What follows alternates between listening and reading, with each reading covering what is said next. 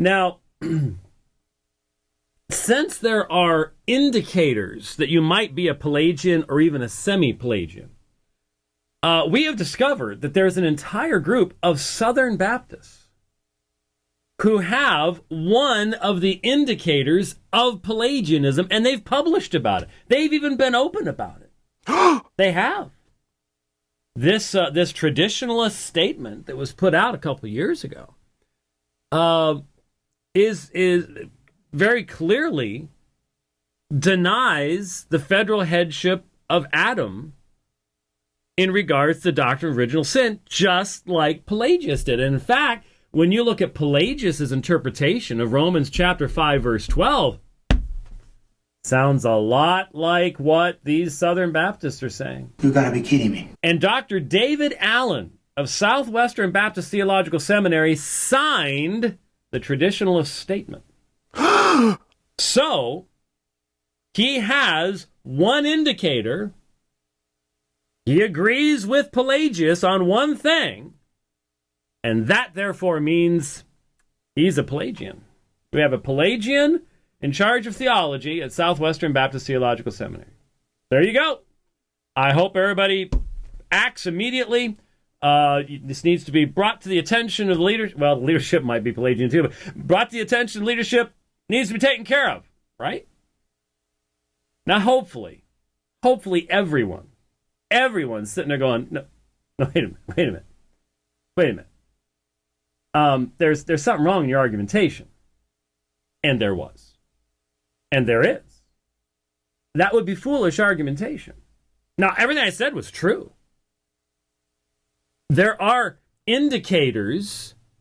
They do share that an important central aspect in regards to Romans 5:12 and how to interpret it and what it's not saying, and all that stuff is true.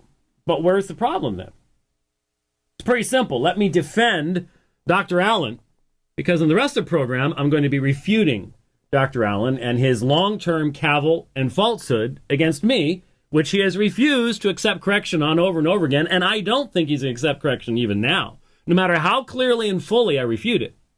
What I am going to demonstrate is that if he continues to lie about me, because it is a lie, if he continues to lie about me, he will do so by using the argumentation I just used to prove he's a Pelagian.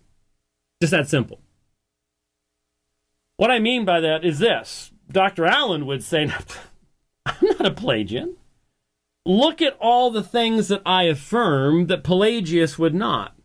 Look at my preaching, look at my teaching, look at my emphasis upon grace, the necessity of grace here, the necessity of grace there.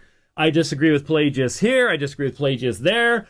I don't preach like Pelagius on these topics. I mean, a simple area of agreement. I mean, for crying out loud, that would mean everyone's a Roman Catholic if you agree with Roman Catholicism and believe in the Trinity, right? I mean, that's silly. Exactly. And he would be exactly right.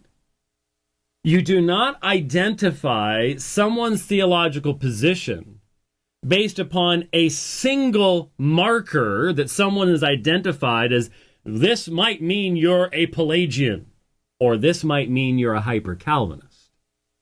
And then ignore everything else. Ignore everything they've written, everything they've preached, everything they do. You don't do that. You don't do that. You don't do that.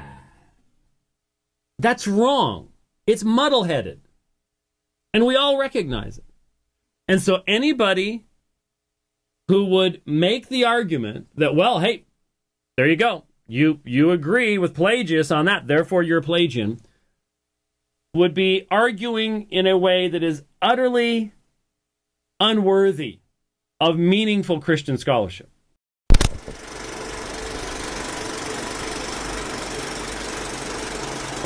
Leighton, you can stand on your head, you can wear a pink tutu and spin in circles.